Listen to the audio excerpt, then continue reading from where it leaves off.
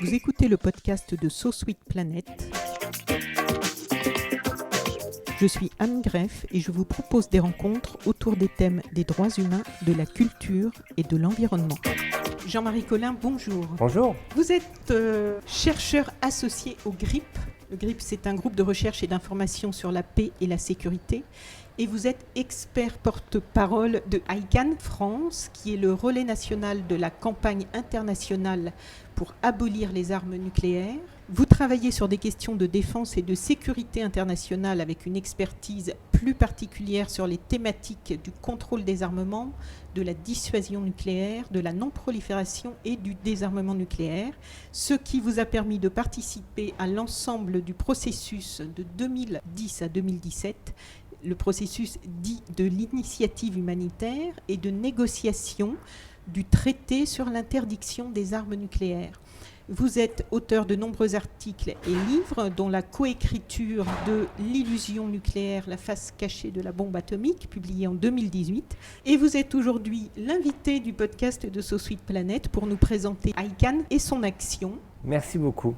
Alors ICAN signifie donc la campagne internationale pour abolir les armes nucléaires. ICAN est né en 2007 d'un constat par des médecins australiens. Le constat était que ces médecins avaient reçu le prix Nobel de la paix en 1985 et se sont dit finalement nous ne sommes pas parvenus à l'élimination complète des armes nucléaires depuis 1985. Où est-ce que nous avons échoué et quels sont les points que nous devons absolument retravailler? Et après quelques mois de tergiversation et de réflexion, ils se sont dit finalement il y a un aspect sur lequel on n'a jamais véritablement travaillé avec la communauté internationale, c'est les armes nucléaires, ce sont avant tout des armes. Des armes qui sont prêtes à être utilisées et qui peuvent donc créer des conséquences humanitaires catastrophiques, des conséquences environnementales extrêmement importantes. Et c'est donc sur cet angle d'attaque, sur cet angle-là, que l'on doit travailler. D'où la création d'ICAN en mars 2007 à Vienne. Donc ICAN maintenant a une douzaine d'années, a eu le grand honneur de recevoir le prix Nobel de la paix il y a 2 ans, en décembre 2017. Alors c'est un prix Nobel qui nous a été délivré pour avoir redonné conscience à la communauté internationale de ce danger des armes nucléaires et pour avoir mis en œuvre et participé très fortement à la création du traité d'interdiction des armes nucléaires, un traité qui a été donc négocié et adopté à l'ONU et qui devrait rentrer en vigueur en 2020. Voilà. Donc ICAN est une véritable campagne internationale qui regroupe également à peu près 500 ONG à travers le monde, dans une centaine d'États, que ça soit l'ensemble de la planète est affecté par ICAN, j'ai envie de dire, et donc je représente avec d'autres personnes la branche en France. Et concrètement, comment ça se passe? Est-ce qu'il y a comme d'autres ONG, des groupes de bénévoles qui participent à sensibiliser les citoyens par des actions médiatiques Oui, tout à fait. On a un certain nombre de bénévoles dans les différentes branches nationales à travers le monde. En France, on a une petite cinquantaine d'organisations derrière cette campagne ICAN France, comme par exemple le Mouvement de la paix, des organisations très pacifistes qui s'appellent Abolition des armes nucléaires, comme ATTAC également. Et puis, on a des personnes individuelles qui décident de nous aider, de nous soutenir, des étudiants, par exemple, qui s'impliquent à nos côtés pour faire pression auprès des banques, par exemple, sur les questions de désinvestissement, pour nous aider à des tâches purement administratives aussi, ou pour nous aider à organiser des grands événements nationaux et internationaux, comme on devrait en organiser un en fin d'année normalement.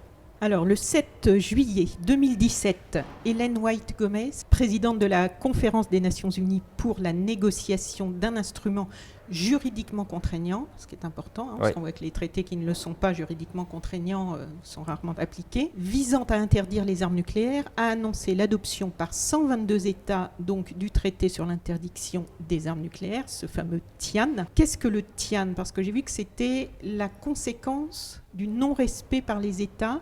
Vous pouvez nous expliquer? Alors en fait, si vous voulez... Parce qu'il y en a eu d'autres, il y en a oui, d'autres. Oui, il y a d'autres traités. Ce... Chaque traité est extrêmement important, chacun se complète et c'est par la mise en œuvre de chacun de ces traités qu'on arrivera à une interdiction, une élimination des armes nucléaires et à une sécurité sur le fait que de nouveaux États n'arriveront pas à acquérir des armes nucléaires. On a le traité le plus fondamental qui s'appelle le TNP, le traité de non-prolifération nucléaire, celui dont on entend le plus souvent parler dans les médias, qui est vraiment le traité qui a limité le nombre d'États à avoir des armes nucléaires, qui a été créé en 1968, donc il y a une petite cinquantaine d'années aujourd'hui. Le problème de ce traité majeur, c'est qu'il manquait certaines choses. C'est ce qu'on a appelé le vide juridique. Et parmi ces choses qui manquaient, il y en avait une qui était élémentaire. C'est le seul traité, en fait, les armes nucléaires, ce sont les seules armes qui n'avaient pas un instrument d'interdiction global et complet.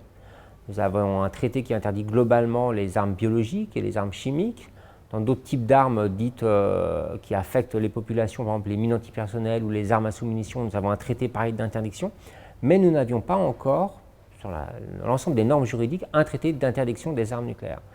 Et donc ce TIAN, donc pour traité d'interdiction des armes nucléaires, vient compléter ce vide juridique, vient renforcer le traité de non-prolifération, justement pour avancer et pour assurer la non-prolifération, le désarmement et l'élimination des armes nucléaires. Alors j'ai téléchargé, parce qu'on peut télécharger sur votre site le ICAN France. De ICAN France, voilà, le gros rapport que vous avez donc écrit pour nous expliquer un petit peu de quoi il s'agit. Et en introduction du rapport sur ce traité, vous écrivez « La première résolution votée aux Nations Unies le 24 janvier 1946 avait pour objectif de créer une commission chargée d'étudier les problèmes soulevés par la découverte de l'énergie atomique, avec un mandat en particulier qui devait proposer des recommandations pour éliminer des armements nationaux, les armes atomiques et toutes les autres armes importantes permettant des destructions massives. » Et en lisant ça, moi je me suis demandé, est-ce que ce travail en fait de 1946 n'a pas été concluant, puisqu'on ne peut pas dire qu'on en est arrivé à l'élimination, ou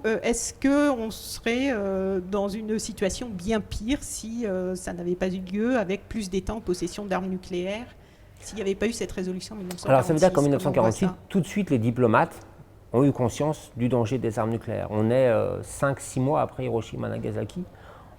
Tous ces gens ont rapidement pris conscience du danger de l'arme nucléaire, de sa capacité de destruction massive. Et par conséquent, un certain nombre de diplomates à l'ONU se sont dit « essayons d'engager des pourparlers avec les États-Unis qui étaient les seuls en 1946 à disposer d'armes nucléaires ». Pour tout un tas de raisons diplomatiques et de puissance, ça a échoué. D'où ce qu'on a appelé la course aux armements jusqu'aux environs de la chute du mur de Berlin, les années 90, la guerre froide, etc. Aujourd'hui, ce qu'on peut s'apercevoir, c'est que l'état de la planète nucléaire est plus ou moins constitué de un peu moins de 14 000 armes nucléaires dans le monde. La France en possède 300. Mais les États qui possèdent ces armes nucléaires, donc je vais les citer, ce sera sans doute plus simple, les États-Unis, la Russie, la Chine, la France, la Grande-Bretagne, et puis on rajoute l'Inde, le Pakistan, la Corée du Nord et Israël. En fait, tous ces États sont dans un processus de modernisation et de renouvellement de leurs arsenaux nucléaires. Tous, aujourd'hui, ne réalisent pas une politique pour aller dans l'esprit et dans la bonne foi vers le désarmement nucléaire. Donc on a moins d'armes nucléaires que pendant la guerre froide, où on avait un pic de 70 000, par exemple, au milieu des années 80, comme je l'ai indiqué, on est à 14 000, mais on a une volonté politique et militaire de conserver ces arsenaux sur le prochain siècle, avec évidemment des dépenses budgétaires extrêmement importantes. Et c'est pour ça que c'était important que ce traité d'interdiction arrive enfin, puisque bien souvent, avant de pouvoir éliminer quelque chose, vous n'obtenez cette élimination que si vous avez conscience que celle-ci est interdite. Si vous n'avez pas cette conscience, si vous n'avez pas cet instrument qui vous l'interdit, une règle qui vous interdit, vous continuez à avoir cette chose, quelle qu'elle soit. Et à partir du moment où cette interdiction, cette norme existe, vous avez obligatoirement un changement de conscience et vous avez obligatoirement une pression internationale qui va s'installer à différents niveaux. Et qui a... Vous voulez dire qu'il y a d'abord un effet psychologique en fait. Tout à fait. Et qui a donc pour volonté de rallier ces États qui possèdent ces armes nucléaires à l'intérieur de ce traité pour avancer vers le désarmement. Voilà. Donc c'est la mise en œuvre du traité, la mise en œuvre de l'interdiction qui doit permettre d'enclencher véritablement la diminution puis l'élimination des arsenaux nucléaires. Combien de temps et combien de personnes ont été nécessaires pour faire adopter ce traité ? Il faut travailler en amont pendant combien d'années pour arriver à ça ? Alors, tout dépend comment on peut le dire. Si j'étais diplomate français, comme un diplomate français n'est pas en faveur de ce traité d'interdiction, je dirais qu'il a suffi de simplement quelques semaines, histoire de dénigrer ce traité. Si je regarde un peu plus loin, je dirais que ça fait près de 10 ans que les États travaillent ou réfléchissent en fait sur potentiellement un traité juridiquement contraignant qui a donné lieu à des négociations pendant près de 6 semaines. Et si je observe encore d'un peu plus loin, finalement, depuis janvier 1946, des personnes réfléchissent à l'interdiction et à l'élimination des armes nucléaires et essayent de mettre en œuvre ce processus et ce traité. Donc, il a fallu plusieurs X personnes, et en tout cas une certitude, 122 États ont travaillé de façon extrêmement importante avec leurs équipes de diplomates et de juristes internationaux pour obtenir le meilleur des traités le 7 juillet 2017. Et je peux vous dire que ce fut un véritable clappement des mains et cri de hurrah dans cette salle de l'ONU, puisque c'était loin d'être gagné d'avance et qu'enfin on a une norme qui interdit les armes nucléaires. Et à l'heure actuelle, donc, combien de pays ont signé, combien ont refusé et combien sont en... Alors, sur les 122 États qui ont voté ce traité, maintenant le traité, donc, c'est ce qu'on appelle dans un processus d'entrée en vigueur. Il y a déjà 70 États qui l'ont signé, 23 qui l'ont ratifié. Il en manque 22 pour obtenir le chiffre critique qui est 50, qui permet, selon la norme de ce traité, une entrée en vigueur, c'est-à-dire qu'il y aura une vraie norme internationale. Entrée en vigueur pour ceux qui l'ont signé. Pour ceux qui l'ont signé, mais vous savez, un traité, même pour ceux qui l'ont signé ou pour ceux qui ne l'ont pas signé, crée un précédent, crée une sorte de jurisprudence, crée une pression internationale. Et c'est là-dessus aussi qu'on va véritablement travailler. Pourquoi la France restera en dehors de la juridiction internationale? On pourrait peut-être le comprendre pour la Corée du Nord, mais pour la France, pays des droits de l'homme et du droit international humanitaire, ça semble véritablement bizarre. Donc on est dans un véritable processus d'entrée en vigueur pour 2020. Certains États sont en pleine discussion de ratification, comme l'Algérie par exemple, comme le Kazakhstan, comme l'Irlande notamment. Et dans les pays que vous avez cités tout à l'heure qui ont le plus d'armes nucléaires, parce qu'en fait on a longtemps dit l'arme nucléaire, mais maintenant c'est des arsenaux d'armes nucléaires. Bien sûr. Est-ce qu'il y en a au moins un qui a signé ou aucun? Non, aucun de ces États n'a signé, aucun de ces États n'a participé à ces négociations, ce qui est aussi d'une certaine façon un petit peu bizarre. Finalement, chacun pointe leurs missiles les uns sur les autres, donc crée une menace. Ils ont une potentielle solution pour venir éliminer cette menace et ne participent pas à ces différentes interdictions. Donc, pour le moment, voilà, ces différents États refusent ce traité d'interdiction des armes nucléaires. On est en négociation, on rencontre des parlementaires, c'est principalement mon travail pour justement expliquer l'intérêt qu'aurait la diplomatie française à participer à la première de ces réunions. Donc voilà, on est dans un processus aujourd'hui d'échange d'informations et de pression juridico-diplomatique. Oui. Alors, de quels moyens disposez-vous pour inciter les pays qui ne veulent pas signer? On a plutôt l'impression qu'il y a une course dans un sens de croissance de ces arsenaux. Oui. Vous, de quels moyens vous disposez pour espérer les convaincre? Alors, de quels moyens on dispose? Tout d'abord, il faut voir que des États comme la France ont signé des engagements à aller à l'élimination et au désarmement nucléaire. C'est le fameux traité de non-prolifération nucléaire que j'ai cité tout à l'heure. Donc, la France est engagée juridiquement à aller dans ce sens-là. Donc on demande aux parlementaires qui ont fait signer et ratifier par le biais de loi ce traité, de respecter les engagements. Donc on les met devant le fait accompli de dire vous avez engagé des promesses, tenez-les, sinon c'est bien la face du monde finalement que la voix de la France ne portera plus. Est-ce qu'il y a quelque chose de contraignant justement par rapport à ces engagements-là? Alors, dans le cadre de ce traité, non, mais quand on dit contraignant dans le cadre d'un traité, comme le traité d'interdiction, c'est contraignant dans le fait qu'il y a des obligations de désarmement. Mais il n'y a pas de sanctions, si c'est ça sur le plan du contraignant. En fait, contraindre à respecter les engagements. Le seul organe à travers le monde qui peut contraindre à respecter des engagements, c'est le Conseil de sécurité de l'ONU. Et le Conseil de sécurité de l'ONU, qui dispose de 5 États qui ont un droit de veto, ce sont aussi les 5 qui disposent de l'arme nucléaire. Donc, évidemment, ils ne vont pas s'astreindre une obligation et donc une sanction. Donc, de ce côté-là, il faut reconnaître qu'on est bloqué. On les met devant leurs obligations, on les met aussi en face avec finalement leurs responsabilités politiques, diplomatiques, humanitaires, avec aussi les engagements qu'ils prennent à d'autres niveaux. Par exemple, est-il logique d'engager une protection de l'environnement et de la biodiversité et en même temps d'engager une politique qui peut venir détruire l'ensemble de cette biodiversité? Est-ce que c'est logique? Voilà. Aussi sur un plan par exemple financier, est-ce qu'il est logique de mettre autant d'argent dans un système d'armes qui a pour finalité potentielle de détruire la planète? Est-ce que c'est le meilleur moyen de défense si on aborde sur les questions de défense? Il faut une armée pour défendre un territoire, soit. Choisissons-lui le meilleur système d'armes. Est-ce que ce système d'armes est encore adapté aujourd'hui à la réalité des menaces que nous allons avoir dans les 50 ou 100 prochaines années? On a eu des épisodes où la France a changé totalement de système d'armes, par exemple avant la Première ou pendant la Première Guerre mondiale, parce qu'elle s'est rendue compte que les systèmes d'armes acquis à la fin du XVIIIe ou du XIXe siècle n'avaient plus lieu d'être. Mais on pourra peut-être aussi s'interroger. C'est sûr qu'à l'époque des drones... Voilà, des drones, mais aussi surtout de la problématique des cybermenaces, la problématique spatiale dans son ensemble, pose de réelles questions. Et surtout, on parle d'une arme de destruction massive. Et on ne peut pas être fier d'avoir comme système de protection une arme de destruction massive qui va venir tuer, puisqu'il n'y a pas d'autre mot, des grands-pères, des familles, des enfants, détruire des musées, détruire des œuvres d'art. Donc c'est aussi pour ça qu'on ne peut pas baser sa défense sur ce type de système d'armes. Lors des années qui ont précédé l'adoption de ce traité, est-ce que vous avez réussi à faire changer d'avis des États qui ne voulaient pas signer et qui finalement sont devenus signataires? Vous savez, je pense que tous les États qui ont participé aux négociations avaient un but. Et un but, c'était d'arriver à un traité le 7 juillet 2017, d'arriver au meilleur document possible. Par exemple, la Suisse ou la Suède auraient voulu rajouter un certain nombre de choses, comme les Brésiliens.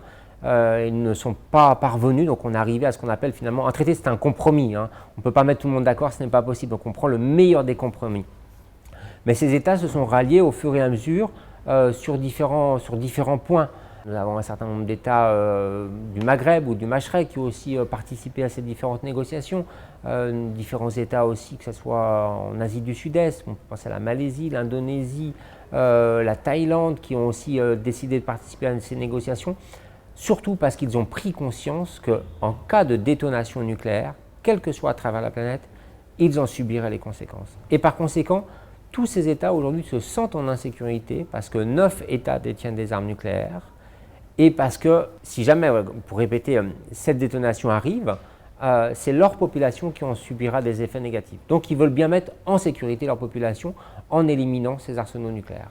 Dans les pays sur lesquels il y a des controverses qui sont accusés de travailler à la préparation d'armes nucléaires et où en fait on ne sait jamais trop, nous à notre niveau de simples citoyens, est-ce que ces accusations sont fondées ou pas? Quelle garantie on a que des pays, comment on sait qu'un pays est en train de travailler à la préparation d'armes nucléaires? Alors ce qu'il faut bien voir, c'est qu'aujourd'hui, on n'a aucun pays à travers le monde qui travaille ouvertement à acquérir un arsenal nucléaire. On a une agence internationale qui s'appelle l'AIEA, l'Agence internationale de l'énergie atomique, qui est véritablement la garante, qui réalise des contrôles extrêmement importants à travers le monde dans tous les États qui possèdent des infrastructures nucléaires civiles. Puisqu'il est vrai que quand vous disposez de centrales nucléaires, mais plus précisément de machines, de centrifugeuses, pour entrer dans un terme un peu technique, qui vous permettent d'avoir la matière première, l'uranium, un certain type d'uranium pour concevoir une arme nucléaire, l'AIEA est toujours là en train d'inspecter, de savoir, de connaître, de comprendre. Et comme vous l'avez indiqué, ce ne sont pas des choses que vous pouvez faire derrière votre garage. Donc c'est forcément des choses importantes qui se voient.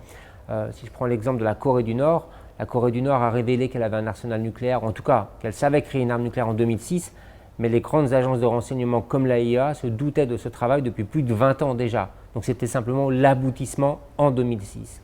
L'Iran, qui est aujourd'hui sur la scène internationale, est le pays le plus contrôlé au monde, et l'AIEA dit bien qu'aujourd'hui l'Iran respecte tous ses engagements à ne pas se doter d'armes nucléaires et à ne disposer de ce fameux uranium qu'à des fins purement pacifiques, à éclairer notre électricité, voilà. Donc, et puis aussi, il faut voir un autre constat, c'est que l'écrasante majorité du monde n'a pas envie d'avoir d'armes nucléaires. Les Allemands auraient la capacité, s'ils le souhaitaient, comme les Hollandais, mais ils n'ont tout simplement pas envie d'avoir d'armes nucléaires. Ils n'en ont pas l'utilité au sens propre, ni les Japonais. Alors on pourrait me prétexter, c'est parce qu'ils sont protégés par d'autres États qui ont des armes nucléaires, mais aussi parce que leur opinion publique ne veut pas de ces armes nucléaires en tant que telles, que ce soit une arme nucléaire allemande ou hollandaise ou japonaise ou sud-africaine. Et d'ailleurs, l'Afrique du Sud a eu un arsenal nucléaire jusqu'en 1990 et a décidé de l'abandonner toute seule. Preuve que l'arme nucléaire n'est pas un système de défense véritablement adapté au monde et qu'il vaut mieux l'abandonner à un moment donné. Les États, eux, ont donc des arguments techniques pour justifier leur refus d'adhérer à ce traité ou à un désengagement. Et moi, en fait, j'ai été assez étonnée en discutant, en parlant de ICANN, de constater qu'autour de moi, finalement, les gens ne sont pas autant que moi contre cette arme nucléaire. J'ai l'impression, d'une part, c'est une impression un peu floue, je n'ai pas encore vraiment creusé, mais qu'il y a finalement une méconnaissance des réelles menaces, parce que maintenant Hiroshima, Nagasaki, ça a impressionné beaucoup de monde, parce qu'on a vu les images dans les années qui ont suivi, mais aujourd'hui, dans les nouvelles générations, c'est beaucoup moins présent, à moins de regarder le documentaire qu'on n'a pas tellement envie de regarder, qui va passer un soir tard. Finalement, les gens ne se représentent pas très bien quelle est cette menace. Et souvent, j'entends parmi ces personnes revenir toujours le même argument pour défendre la position de la France de garder son arme nucléaire, qui est de dire oui, mais si nous, on se défait de cette arme, si on abandonne, on est vulnérable. Alors, on est vulnérable quand on voit tous les arsenaux qu'on a. Je ne sais pas si on est vraiment vulnérable. Et comme vous le dites, en plus, ce n'est pas forcément très adapté aujourd'hui par rapport aux nouvelles menaces et à la façon, par exemple, les attentats terroristes. L'arme nucléaire n'est d'aucune protection par rapport à ça. Qu'est-ce qu'on a comme argument alors ? Le premier argument déjà, c'est de dire que malheureusement, l'information sur ce sujet est très faible. Et que comme l'information est très faible, on reste très souvent, la population, et on peut le comprendre, sur certains présupposés ou grandes idées type. Du style, c'est grâce à la bombe qu'il y a eu la paix depuis 1945. C'est voilà. Grâce à la bombe que la France siège au Conseil de sécurité de l'ONU. Des choses qui sont totalement ridicules. Par exemple, l'ONU a été créée en 1945, la France siège au Conseil de sécurité depuis 1945 et a acquis la bombe nucléaire en 1960. Donc voilà, nul ne peut prouver que c'est grâce à l'arme nucléaire qu'il n'y a pas eu de guerre, parce qu'on ne peut pas refaire l'histoire comme une expérience scientifique. Et puis on peut peut-être présupposer aussi qu'il y a eu la paix, notamment en Europe, principalement à cause de la création de ce qu'on a appelé la communauté économique du charbon et de l'acier, de l'Union européenne, de la CEE, des accords culturels, multiculturels, etc., etc. Donc, le premier élément, c'est ce manque d'information crucial. La seconde question, c'est, je reviens sur ce que j'ai dit il y a quelques minutes, doit-on baser notre système de défense sur une arme de destruction massive ? Accepterait-on finalement de baser notre système de défense sur des armes chimiques ? Les gens diraient non, parce qu'on a ces images des armes chimiques, malheureusement, qui sont déroulées en Syrie ces dernières années. Comme étant quelque chose de vraiment répulsif et d'horrible. Et les armes nucléaires ont cette réalité. Alors c'est vrai que c'est des images en noir et blanc, c'est vrai que c'est des vieux films et ce n'est pas un film en 3D qui va bouger aujourd'hui, les armes nucléaires. La réalité, c'est ce que montre le CICR, le Comité international de la Croix-Rouge, c'est qu'en cas de détonation nucléaire, c'est l'ensemble de la planète qui en subirait les conséquences. C'est des problématiques extrêmement importantes en termes de population, migration de population, qui vont aller dans tous les sens. C'est des problématiques aussi en termes de famine. C'est près d'1 milliard de personnes qui seraient affectées directement. Donc c'est comme laisser mourir ce milliard de personnes. Et puis surtout, ça veut dire qu'on n'a pas besoin aujourd'hui, face aux nouvelles menaces, le changement climatique par exemple, les attentats terroristes. Alors c'est vrai que la bombe n'est pas faite pour contrer les attentats terroristes, mais c'est la première des menaces. On a certainement besoin de problèmes de systèmes de défense autres, sur le renseignement, sur le spatial, à différents niveaux. Mais l'arme nucléaire n'est définitivement pas une arme qui assure notre sécurité, bien au contraire.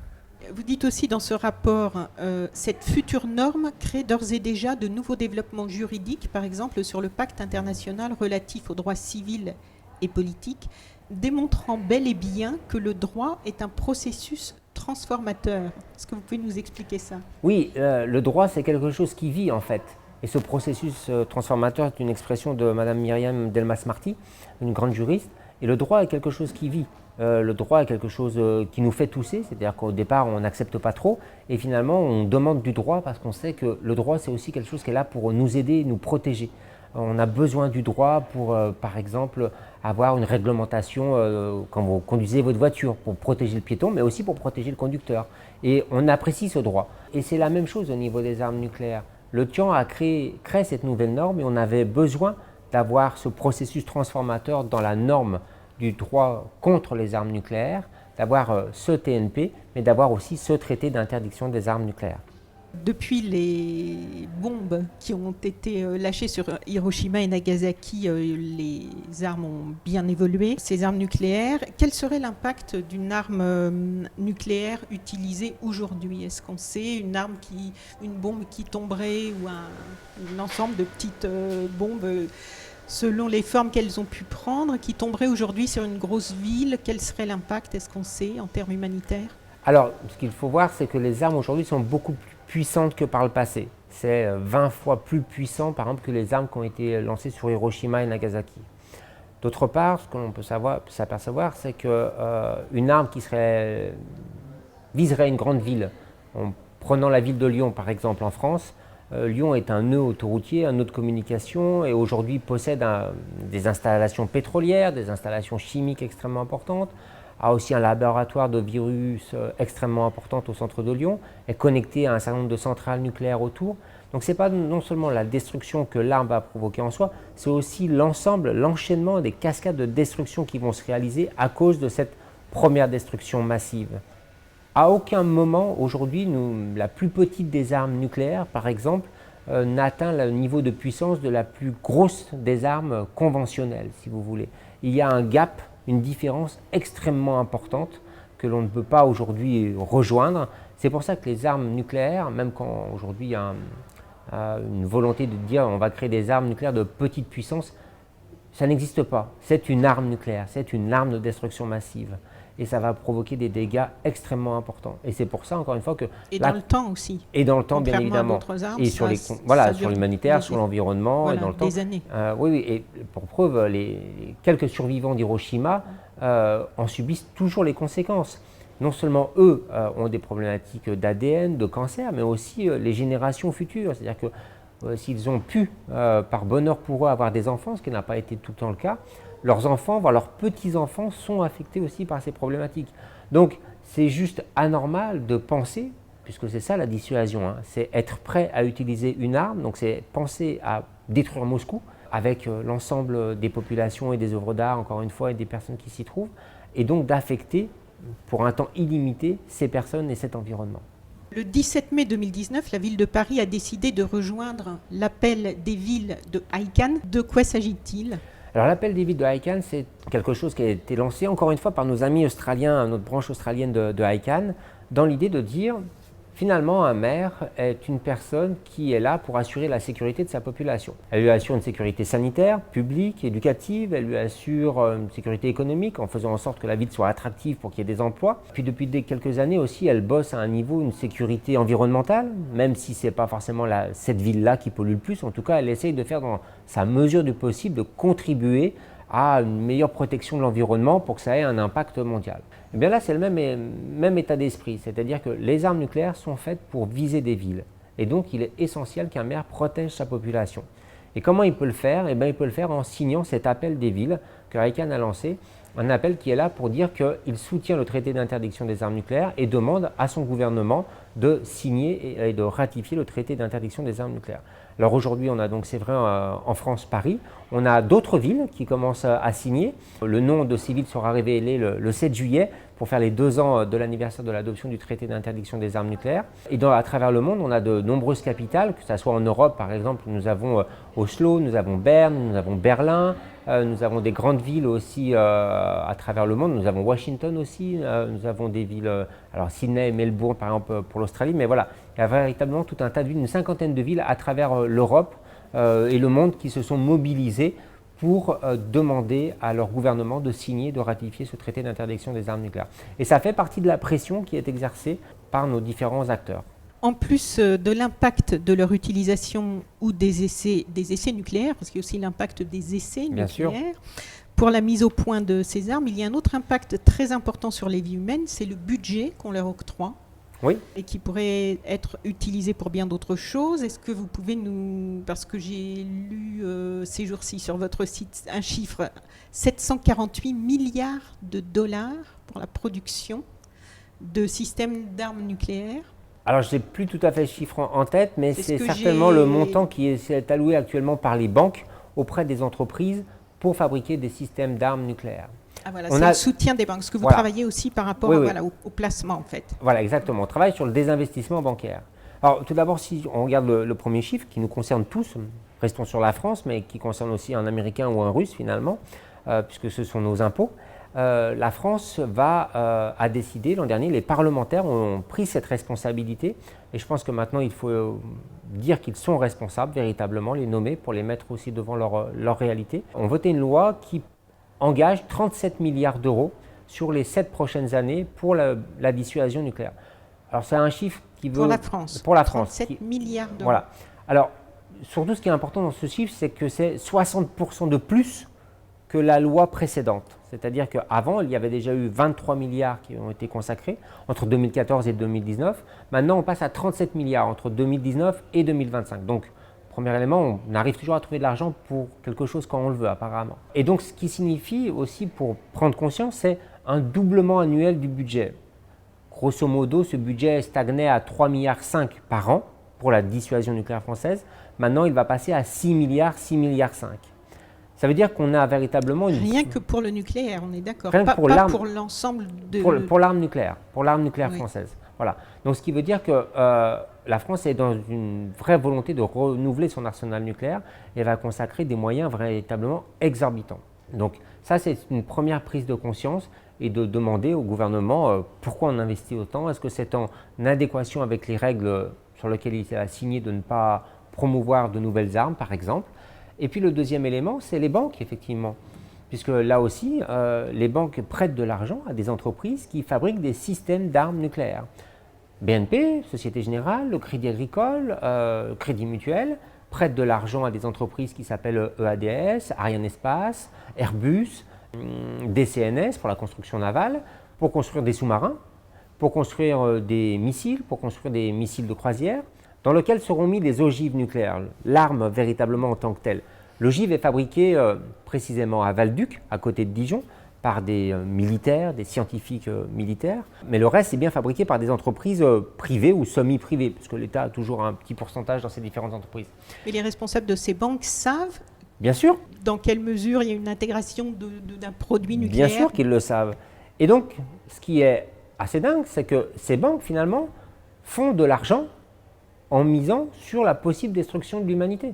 C'est-à-dire que je prête de l'argent à une entreprise qui va fabriquer un sous-marin dans lequel il y aura un missile qui va porter des armes nucléaires. C'est aussi, plus j'ai de contrats, plus cette entreprise a de contrats, plus elle me demande des sous, plus je suis content en tant que banque, mais plus ça risque aussi de provoquer éventuellement une catastrophe nucléaire militaire. Donc on veut mettre aussi ces banques devant leurs responsabilités, c'est-à-dire qu'on a des banques qui ont pris conscience sur d'autres domaines. Et je vais citer côté positif, la BNP par exemple sur son décision d'arrêter les investissements dans le tabac, parce qu'elle a pris conscience à cause de grands renforts de communication internationale, d'action de l'ONU aussi, que le tabac était nocif pour la santé, etc. etc. On demande aussi à ces banques finalement d'être aussi en adéquation avec la réalité des armes nucléaires, et puis de respecter leur charte qu'elles ont eux-mêmes décidé, c'est-à-dire de protéger l'environnement. La BNP, c'est la banque d'un monde qui change, hein, donc peut-être mettre en œuvre ce slogan. Oui, parce qu'il y a d'autres ONG qui sont sur le terrain en ce moment, exactement. Qui se battent pour le désinvestissement dans les énergies fossiles. Exactement. Sont très sollicitées, les banques actuellement. Oui, parce que c'est un acteur extrêmement important. Et ce chiffre que vous avez cité de plusieurs centaines de milliards d'euros, c'est de l'argent qui sont prêtés par des banques à travers le monde pour des entreprises d'armement qui proposent et qui vont porter ces armes nucléaires. Et c'est bien aussi un des axes d'action pour créer une pression. Et le traité d'interdiction des armes nucléaires va bien évidemment interdire le financement. Et donc les banques vont avoir une problématique quand ce traité va rentrer en vigueur, c'est-à-dire de se dire, est-ce que je me mets en adéquation avec la norme juridique internationale ou est-ce que je me mets dans l'illégalité? Si je me mets dans l'illégalité, elles vont devoir répondre. Alors répondre auprès de nous, acteurs ONG, auprès de l'ONU, parce qu'on les poussera aussi devant l'ONU. Voilà. Et donc ça permet de créer une pression, une réflexion et d'avancer, on espère bien, dans le bon sens. Vous avez des actions donc, auprès des responsables politiques pour, en amont du traité et puis maintenant pour continuer à faire évoluer. Qui sont vos interlocuteurs en fait? Nos interlocuteurs sont les parlementaires. Ce jour, j'étais à l'Assemblée nationale, je retournerai à l'Assemblée nationale demain et au Sénat, donc, puisque les parlementaires, c'est eux qui votent les lois. Donc à partir du moment où ils votent une loi, ils votent le budget. Et s'ils votent le budget, ils peuvent changer le budget. Donc ils ont la capacité de tout changer. Donc vous les sensibilisez, c'est du plaidoyer. C'est du véritable plaidoyer. Oui. Voilà. Les diplomates, que ce soit donc, au Quai d'Orsay ici à Paris ou nos diplomates en charge du désarmement à Genève et à New York, et puis bien sûr directement l'Élysée, puisqu'on fait en sorte de rencontrer de façon régulière les conseillers aux affaires étrangères et aux affaires stratégiques sur ces différents points. L'objectif étant d'expliquer les positionnements, les évolutions, de savoir quels sont les plans d'action, ou de comprendre qu'il n'y a pas de plan d'action, ce qui nous étonne encore toujours un peu plus, de faire avancer la problématique. Mais comment ils vous accueillent? Parce que là, les chiffres que vous venez de donner, où en fait on voit qu'on a signé des engagements pour aller vers la non-prolifération, vers le désarmement, et qu'en fait on double les budgets en termes de milliards, alors qu'on est tous à chercher, à prendre sur les petites retraites, sur un tas de... C'est vrai que pour les citoyens qui ne sont pas au fait de tout ça, ça semble un peu révoltant. Donc, mais quel accueil lorsque vous arrivez? Est-ce qu'ils vous disent oui, et puis vous ressortez Non. Est-ce qu'il y a des vraies évolutions? La vraie évolution, c'est la création du traité d'interdiction des armes nucléaires. Ça a été un véritable combat pour obtenir ce traité. Mais je parlais de la France, mais des responsables politiques français. Ce n'est pas un sujet national, c'est un sujet international. C'est une problématique mondiale. C'est un combat qui ne se mène que si on le gagne sur le plan mondial. Et c'est pour ça que ICAN est une campagne mondiale, qu'on est réparti sur l'ensemble de la planète à travailler aussi bien avec des parlementaires israéliens qu'iraniens, qu'en Chine, qui essaient de faire pression aussi ou d'être présents en Russie, aux États-Unis, etc. Et rarement ils nous disent oui, les diplomates, on a des bien meilleurs échanges que par le passé avec eux, on doit le reconnaître, tant mieux. Sans doute aussi parce que notre expertise est devenue beaucoup plus importante que par le passé. Ce que je peux vous dire, c'est que si on n'était pas là, la situation serait bien pire. Et c'est déjà en soi un point sur lequel on a gagné. Le deuxième point, c'est que même s'ils nous disent non, ils ont conscience de cette problématique.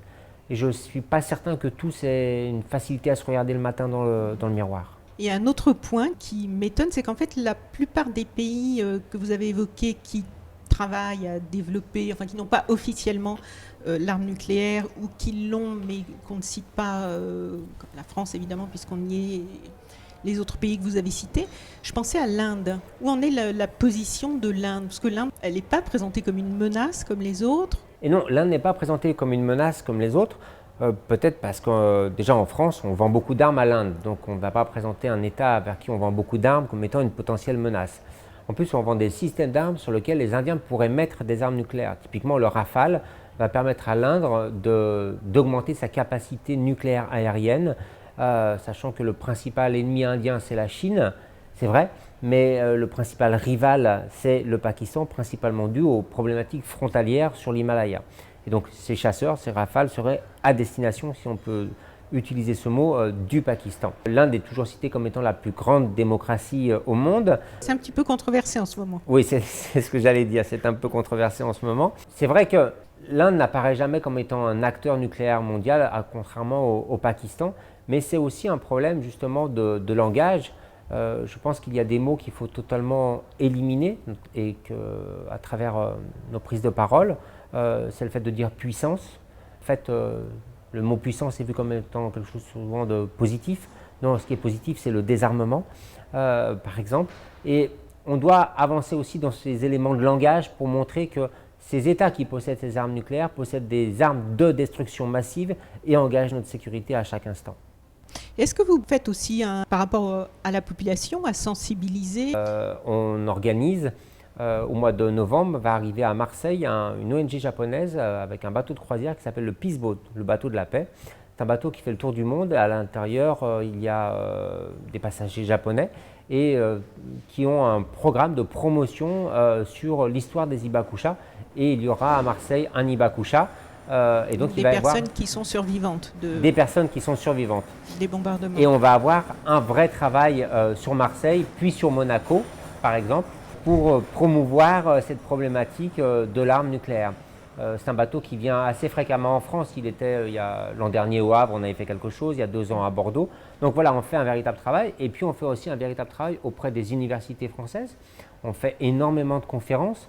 chaque année et on est toujours ouvert à se déplacer à travers la France pour faire des conférences auprès des étudiants. Les étudiants sont très demandeurs puisque eux aussi, leur programme se concentre uniquement sur la problématique de la dissuasion et non pas sur la problématique du désarmement nucléaire. Et donc là, on a un vrai pan de l'histoire. Le programme de qui? Le programme des jeunes universitaires qui sont en droit, en relations internationales, en géopolitique, en sciences politiques, dans toute cette frange-là en histoire. Leurs professeurs ne leur parlent que de la dissuasion, mais jamais de la question du désarmement. Et il y a tout un pan, en fait, qui leur échappe et dont ils n'ont pas ou peu conscience. Et on essaye, dans la mesure de nos possibles, de venir et d'intervenir et d'expliquer ces questions-là. Donc, oui, on a un véritable travail qui est réalisé à ces différents niveaux, en plus de la source d'information qu'on peut trouver via nos newsletters, par exemple, ou les différentes vidéos qu'on peut faire sur nos réseaux sociaux. Donc, je vous laisse rappeler l'URL de votre site. icanfrance.org. Est-ce que vous croyez vraiment, vous, à titre personnel, qu'un jour les armes nucléaires ou équivalentes en termes de capacité de destruction auront disparu de la planète Terre? Bien évidemment. Vous savez, on n'a pas le choix. On n'a pas le choix parce que ce qui est bien avec l'arme nucléaire, c'est qu'on connaît la fin de l'histoire. On connaît la fin de l'histoire. Soit on arrive à les éliminer. On la connaît aussi avec le changement climatique et puis on voit que ça a du mal à bouger. Soit on arrive à les aussi. éliminer et on arrivera à vivre dans un état mondial beaucoup plus sécuritaire. Soit en fait, il y a une détonation nucléaire qui se déroule quelque part à travers le monde et on va rentrer dans un état de société qui est totalement différent que ce qu'on connaît aujourd'hui. Donc, devant nous, on peut créer l'histoire. À nous de la créer pour que demain, nos familles, nos enfants, nos futures générations puissent vivre dans un monde qui soit libéré de cette menace. Voilà, et pour ça, il faut une mobilisation citoyenne de plus en plus forte aussi. Exactement. Donc, on invite tous les gens qui se seront intéressés à cette question et à ce podcast à venir sur votre site, vous rejoindre dans un groupe local éventuellement. Alors ils peuvent nous rejoindre, voilà, en tout cas ils peuvent nous rejoindre déjà tout simplement en s'abonnant à la newsletter, en nous envoyant par exemple des propositions pour venir intervenir, en devenant adhérent, en nous sollicitant pour des questions et des réponses sur lesquelles on aura toujours grand plaisir à répondre. Voilà, mais on a besoin des citoyens, on peut leur donner quelques petits tuyaux tout simples pour envoyer des questions auprès de leurs parlementaires. Vous savez, souvent les gens pensent que ce n'est pas efficace d'envoyer un petit courriel à son parlementaire. Mais si un parlementaire commence à recevoir ne serait-ce que 10 ou 15 questions de temps à autre sur le même sujet, celui-ci va se sentir obligé de les utiliser et de poser des questions. Donc voilà comment les gens peuvent se mobiliser. Merci beaucoup Jean-Marie Collin. Merci. Bravo pour tout votre travail et tous ces efforts, cet investissement depuis tant d'années. Et on nous souhaite, je m'inclus dedans, on s'inclut dedans, la concrétisation de ce traité avec la signature de tous les pays de Exactement. La planète. C'est ce qu'on peut espérer Voilà. maintenant. Très bien, bonne continuation. Merci beaucoup. Merci. Chers auditeurs, si vous avez apprécié cet entretien, merci de mettre 5 étoiles au podcast de So Sweet Planet sur iTunes. C'est très important pour qu'il ait plus de visibilité. N'oubliez pas de vous abonner, soit à la newsletter sur sosweetplanet.com ou sur iTunes au podcast, ou les deux, pour être informé des prochains podcasts mis en ligne. À bientôt.